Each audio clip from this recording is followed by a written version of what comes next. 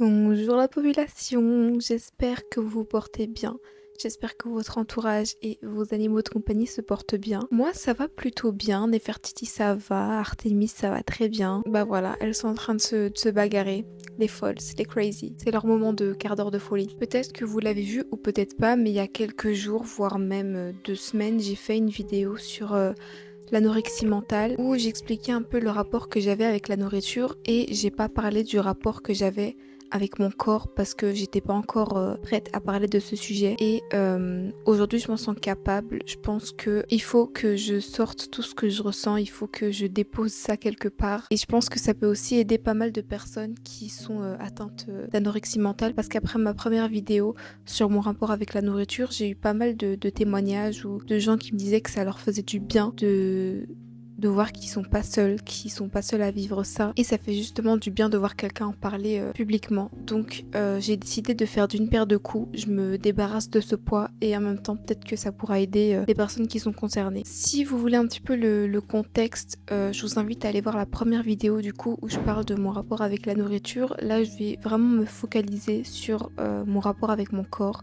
J'ai énormément de problèmes avec mon corps, je me sens pas bien dedans, je me sens inconfortable, j'ai l'impression que mon corps ne m'appartient pas. J'ai l'impression que on a tellement abusé de moi que je pense qu'inconsciemment, j'ai voulu un peu me réapproprier mon corps et en faire ce que je voulais. Malheureusement, je l'ai fait de la mauvaise façon et j'ai identifié 5 raisons qui font que j'ai un problème avec mon corps, qui font que la maigreur extrême, vraiment avoir la peau sur les os, c'est une idée qui me traverse la tête parce que ça se rapproche de la mort, ça se rapproche de l'inexistence. Le 0 kilo en fait, c'est la disparition et quelque part j'ai envie de disparaître. Donc j'ai identifié 5 raisons évidentes en tout cas à mes yeux qui font que j'ai envie d'atteindre ce poids zéro pour disparaître. Alors même que j'aime pas ce que je vois dans le miroir, je déteste, j'aime pas du tout. J'ai envie de reprendre de la masse, de la vie, mais j'en suis incapable et enfin bref, c'est un peu trop de blabla. On va commencer. Si vous avez regardé un petit peu mes vidéos précédentes, vous savez que pendant pas mal de temps, j'ai eu du mal à vivre et c'est toujours le cas. J'ai du mal à vivre, je comprends pas le but de la vie, j'aime pas vivre, enfin j'aime pas ce concept en fait, genre pourquoi je suis là. Et quelque part le fait de vouloir atteindre un poids zéro, d'être le plus petite, minuscule possible, on se rapproche un peu de l'inexistence, enfin je sais pas trop comment expliquer ça, mais je disparais un peu. Oh mon petit bébé qui veut me faire un petit bisou. Elle a senti que c'était un sujet compliqué. Quand je vous dis Nefertiti, elle sent mes émotions. Toutes les raisons que je vais vous exposer là, ce sont des raisons, j'ai pris du temps à me rendre compte des raisons pour lesquelles je me faisais autant de mal, pour lesquelles j'avais envie d'être la plus petite pour disparaître, avec des mois de thérapie, avec mon introspection dans mon coin. Vous savez très bien que mon cerveau ne s'arrête jamais, je passe mon temps à réfléchir, à me remettre en question. Ça n'a pas été évident au premier abord, je comprenais pas pourquoi je faisais ça, je comprenais pas pourquoi j'avais envie que mon corps disparaisse. En fait, j'avais même pas conscience que je voulais que mon corps disparaisse. Je voulais juste être le plus bas possible, le plus... Enfin bon, j'ai un peu du mal à trouver les mots en ce début de vidéo, mais je pense que ça va arriver au moment où je vous expliquerai les raisons et je vais vous expliquer les raisons tout de suite. Alors la première raison, la plus évidente, à mes yeux en tout cas, la première raison que j'ai découverte de pourquoi je me faisais autant de mal, pourquoi je me rendais malade moi-même. Je pense que si vous regardez souvent mes vidéos, vous savez que j'ai eu beaucoup de mal avec le concept de la vie. Je déteste vivre, enfin je comprends pas pourquoi on vit, je vois pas l'utilité. Et il y a des moments où ce dégoût de la vie, cette haine de la vie, elle me prend par mes tripes et j'ai vraiment envie d'en finir, genre j'aime pas vivre. Et je pense que quelque part le fait d'arrêter de s'alimenter, d'avoir la peau sur les os, de vouloir disparaître, c'est un peu une sorte de mort lente. Je vous ai déjà parlé de mes TS, j'en ai fait 2 qui n'ont pas fonctionné et je pense que même si je restais pour Nefertiti, donc mon chat, ma chatte, même si je restais pour elle, justement j'osais pas l'abandonner, j'osais pas partir lâchement et la laisser toute seule, donc je pense qu'inconsciemment j'ai juste voulu me laisser crever à petit feu parce que j'osais pas le faire de moi-même et de me dire que je suis coupable d'abandonner mon bébé en fait. Et je pense qu'inconsciemment le fait de vouloir atteindre un poids zéro, bah ça me rapproche de la mort, ça me rapproche de... Ouais, je suis en train de mourir à petit feu, quoi. La deuxième raison, c'est que j'ai toujours été une personne effacée, qui reste dans mon coin, qui veut pas déranger, qui se tait, qui a pas le droit de parler, qui... Bref, quelqu'un de silencieux, quelqu'un qu'on fout sous le tapis en fait. Parce que à cause du harcèlement que j'ai subi, à cause du manque d'expression de moi-même dont j'avais droit en grandissant, j'ai toujours dû la fermer, rester dans mon coin, être discrète, pudique, enfin vraiment, j'avais limite pas le droit d'exister en fait. Et je pense que le fait de vouloir atteindre un poids zéro, bah ça me rend quelque part un peu invisible. Et du coup, je suis pas vue. On ne voit pas mon existence, on ne voit pas que je suis là. Et si on voit pas que je suis là, bah on peut pas me faire de mal, on peut pas me faire encore plus de mal si je n'existe pas. Tout ce que je vous dis là, ça peut paraître un peu très abstrait pour certains. Ceux qui comprennent ce par quoi je passe comprendront les paroles que j'ai parce que c'est vrai que c'est assez abstrait.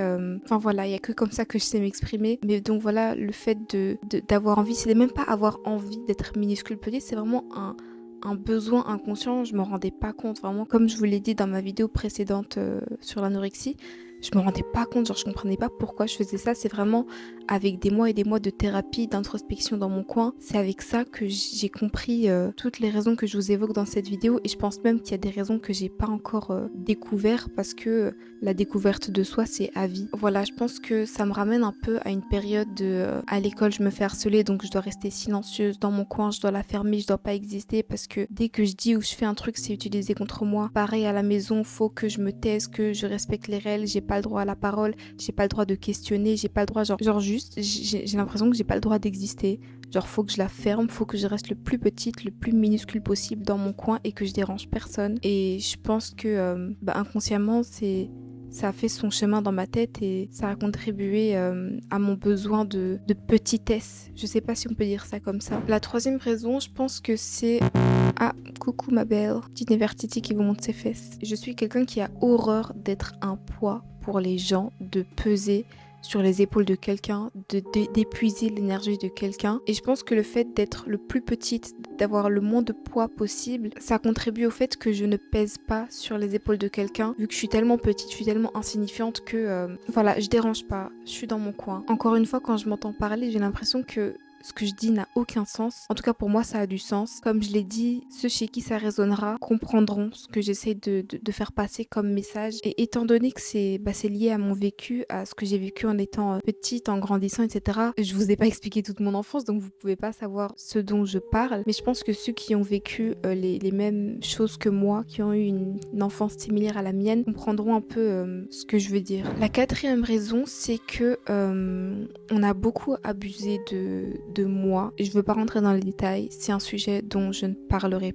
pas. On s'est beaucoup approprié mon corps et je pense que le fait de prendre le contrôle sur mon corps et d'être le plus petite, la plus fine, la plus maigre, la plus malade possible, c'était une manière pour moi de me réapproprier mon corps, de me dire j'ai le contrôle sur mon corps.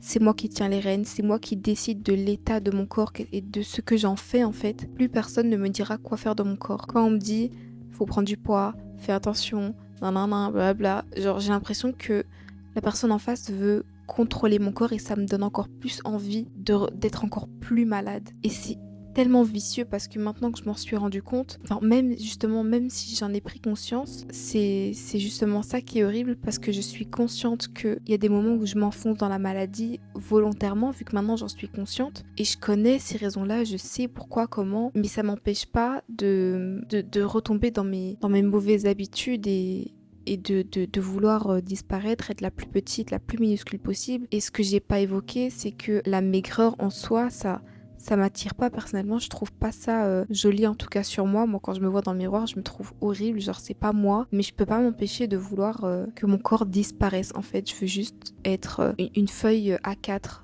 tellement fine que si on me met de profil on me voit pas. La cinquième raison, essayez d'ouvrir votre esprit et essayez de comprendre parce que j'ai pas envie que ce soit pris d'une manière... Enfin bref, je vais le dire directement.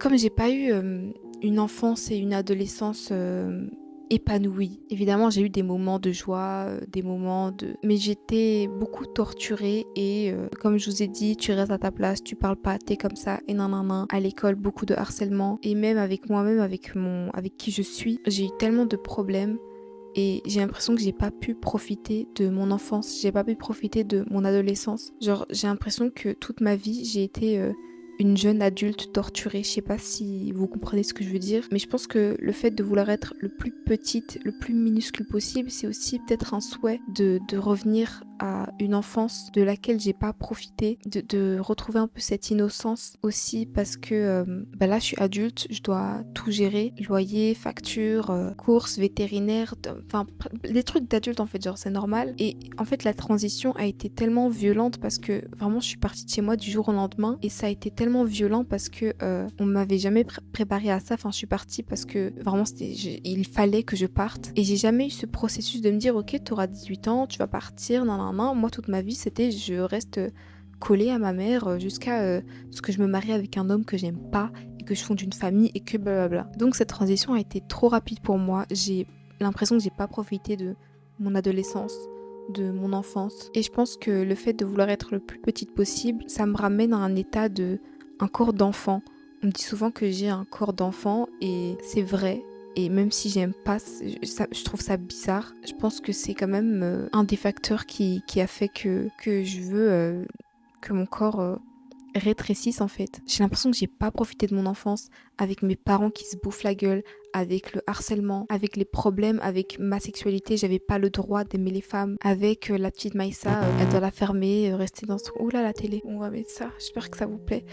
Voilà, la petite Maïssa, elle doit la fermer, elle doit être pudique, elle doit être discrète, elle doit dire oui, respecter les règles, rien questionner, rien. Enfin voilà, en fait j'ai l'impression que j'ai jamais eu le droit d'exister et d'être qui je suis et de m'affirmer.